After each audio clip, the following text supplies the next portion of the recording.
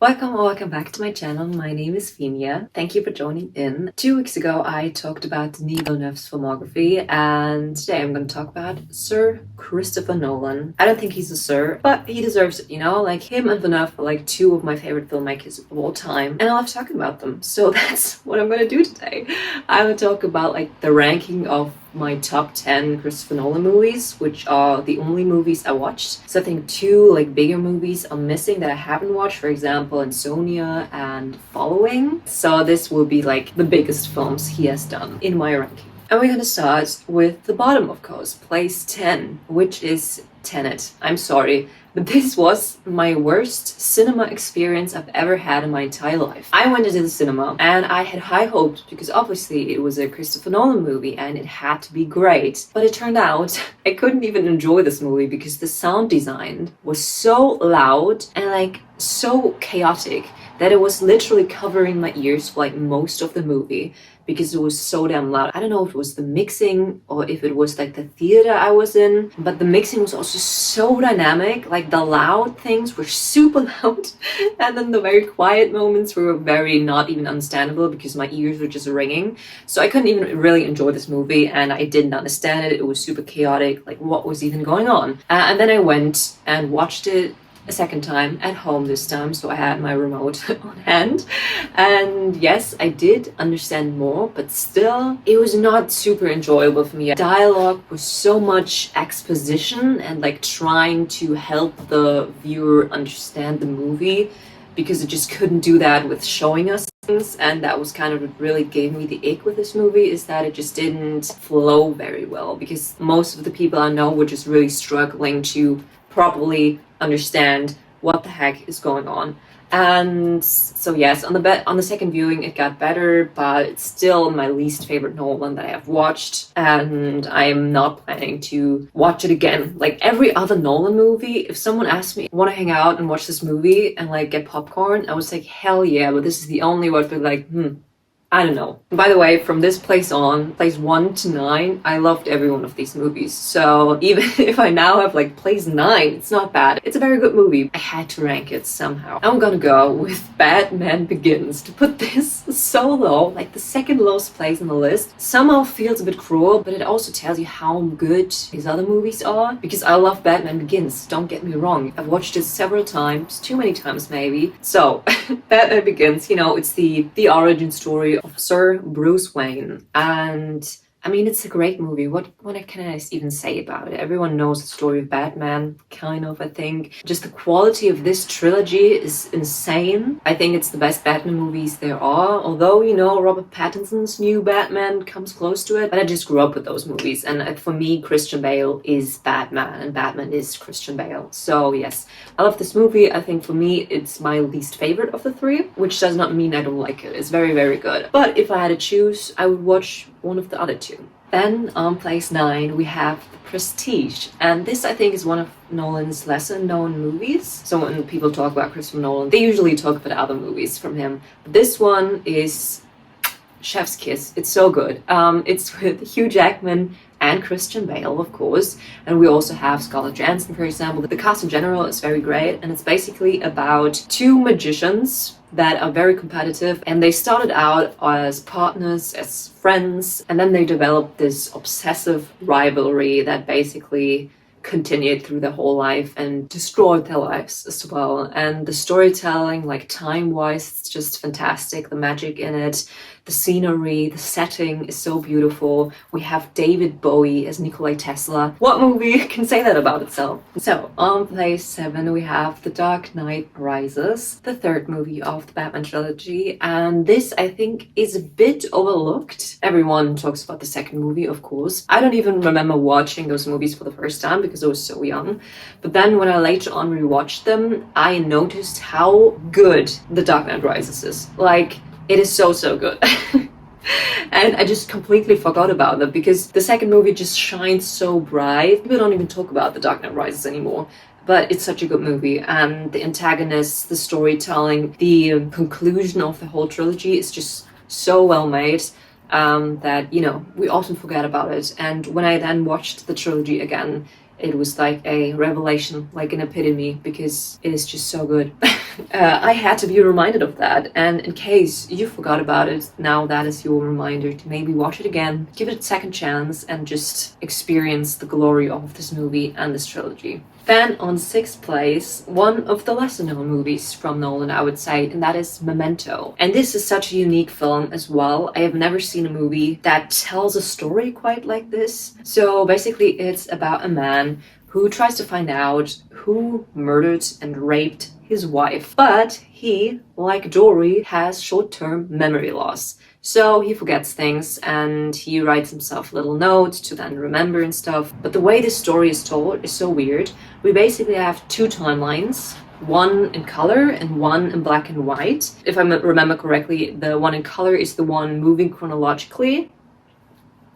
And then the black and white timeline is moving backwards. So we have a scene that is in color, then we have a scene that is in black and white. Then we have a scene that is in color, that obviously takes place after the last scene we have seen in color. And then we have another black and white scene, but this one takes place before the last black and white scene we've seen. So the black and white scene is moving backwards and the other one is moving forwards, and then they meet at some point, and that is the point where you understand the movie. This is what kind of just struck me because it was so unique and I've never seen that done before in a movie. So yes, if you want to have like a really unique and interesting time watching a movie, then Memento is the way to go. On place 5 is Inception. Yes, on place 5. I know there's so many people out there whose favorite film this is, who think this movie is the best film of all time, and so many people love it. And the fact that this is on place 5 just speaks for Sir Christopher Nolan how good he is, because obviously he has 4 movies that I think are better than that. The thing with Inception is that it's just such a staple in the film community and that everyone has seen it so often. I overwatched it, you know, and for me it's nothing special anymore because I've watched it so many times and it's just become the norm. I just don't have any strong feelings left for it because I just watched it too many times. It's like eating a thing that you love, but then eating it so many times that you don't love it anymore. It's just good, but you know, it is what it is. And that's Inception for me. I'm so sorry. It's still fantastic, but I wouldn't necessarily want to watch it anytime soon because it's just, I'm over it. I'm sorry. So continuing to place 4, we have The Dark Knight. So yes, the second Batman movie, which is just fantastic. I mean, it's the movie of this trilogy. Even though the whole trilogy is fantastic, this movie is kind of the crown of it, like the jewel, like the centerpiece, because it's just so well done. Heath Ledger's Joker is, I think, his performance of his life. I think it's my favorite portrayal of the Joker I've seen yet. We don't even talk about the Suicide Squad one. I don't think it was Jared Leto's fault necessarily, but the dialogue and the editing and everything around it was just so bad. I don't think he could have done anything with that role apart from just enjoy it. I don't know, but we don't talk about this. But you know, Heath Ledger, he's done it exactly how I would have wanted it to be, and obviously the rest of the movie is so good as well, but he fits in there so well. And these two characters, Christian Bale's Batman and Heath Ledger's Joker, just fit together so well, and they've done such a great job. And I think just the Batman trilogy in general is how superhero movies are supposed to be. I think that everything Marvel is doing nowadays, you could just delete that, to be honest. I think everything up until Endgame I really enjoyed. It was obviously not the same and with a lot more lightness and fun, but definitely also very good. But yes, I think the Batman trilogy is just another league. It's something so different, and I'm so happy that Christopher Nolan did this because I don't think anyone had expected it from him to take on a superhero movie, and he's done the best thing he could do, and I'm so glad he did that. And yes, The Dark Knight, it has a special place in my heart and in a lot of people's, I think. So we're up to the top 3 movies, and a lot of people might disagree with this, but on place 3 I have Interstellar. And I know it's so many people's favorite movie of all time. So many people say that it is the best movie of all time that exists. This might be a wild take, but I don't think so. I think it's a fantastic, perfect movie that I wouldn't change one thing about it. It's the best thing it could have been, and I love it. I've also seen it a lot of times, but unlike Inception, this sticks to me. I feel like I could watch Interstellar like every year and I would keep enjoying it. And it's just so well made. Matthew McConaughey's fantastic. Everyone in this movie, I think, did a fantastic job. The music, the sound design, the world building, the effects, it was all so good, you know, it was all just perfect. But I just have two other movies that I have more feelings towards them. So I do think that like the top three for me at least are perfect movies. I wouldn't change one thing about them. So this is just personal feeling and preferences for me. So place number 2.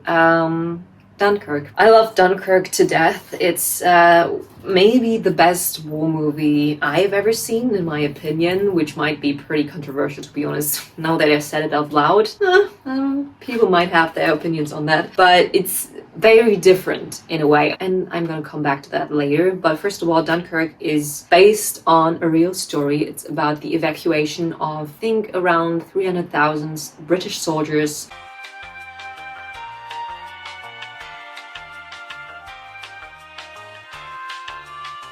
stranded on a beach. It takes place in the year 1940s, so in the Second World War, and the German troops are coming closer and closer, and they can't do anything apart from waiting for help from the mainland. And this is what we see in this movie. First of all, I have a soft spot for all war movies in general that are based on real stories. Like, I can watch these all day and I will not get tired of them. So obviously that's already a good start for me. But the way the story is told is magnificent. Nolan basically tells of multiple different views of the whole situation. So we have kind of the mole, I think it is called. So on the beach, the soldiers that are stranded. We have air. So the fighter pilots fighting in the air, trying to, you know, protect the people on the ground. And we also have, I think it's called the water, I'm not sure anymore, which is about military ships coming over, getting soldiers on and bringing them home, but also about civilian boats, such as people who volunteered, who, you know, sailed over to Dunkirk and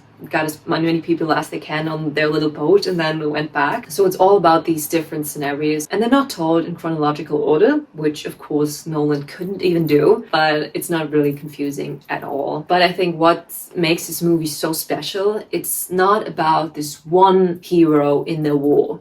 For example, American Sniper, you follow one person who does great things. But in this movie, it's not about a singular person. It's not about one person who saves the day. It's about this collective effort to bring so many people to safety, to bring them home. And I think the key in this, it's not about the war itself, it's about rescuing people from the war and bringing them home. And it's about taking a step back so you can then after that push back again. And I think that is what makes this movie and the story so special, because it's not about one single person. It's about so many people, about this huge collective effort that made this happen. And yes, I think that makes the story itself so unique and so special, just as a war story itself. But the movie also captures it so wonderfully and so great, and it's a joy to look at, it's a joy to listen to, and I would recommend this movie to everyone. The ending had me in tears.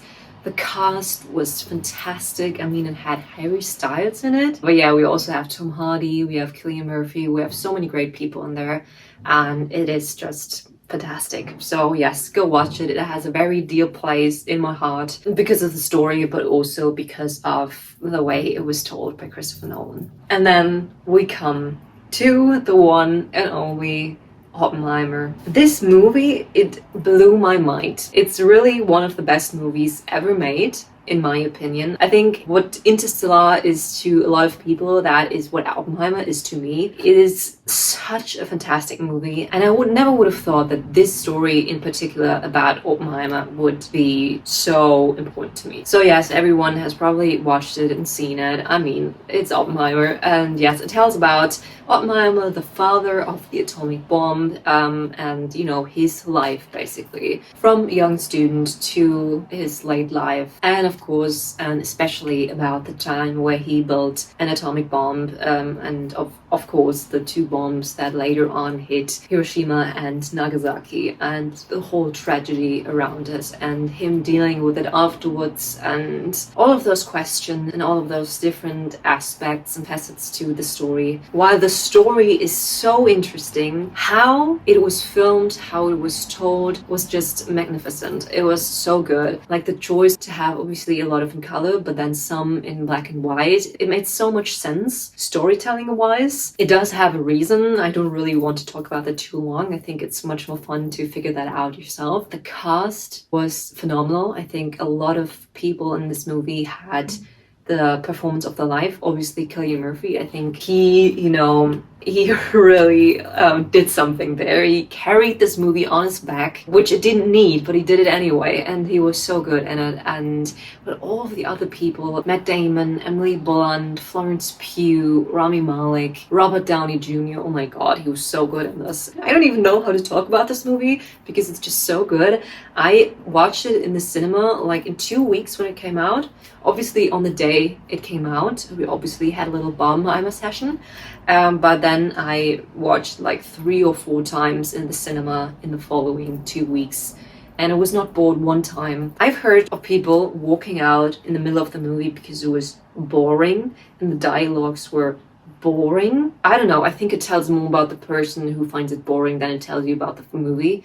Because it's not boring, it's fantastic, and every single line, it's not wasted. Like every word, every dialogue, every scene, every shot was necessary for the movie. I think it had the perfect length, and everyone who tells you otherwise, who says it's too long or whatever, they're just plainly wrong, in my opinion.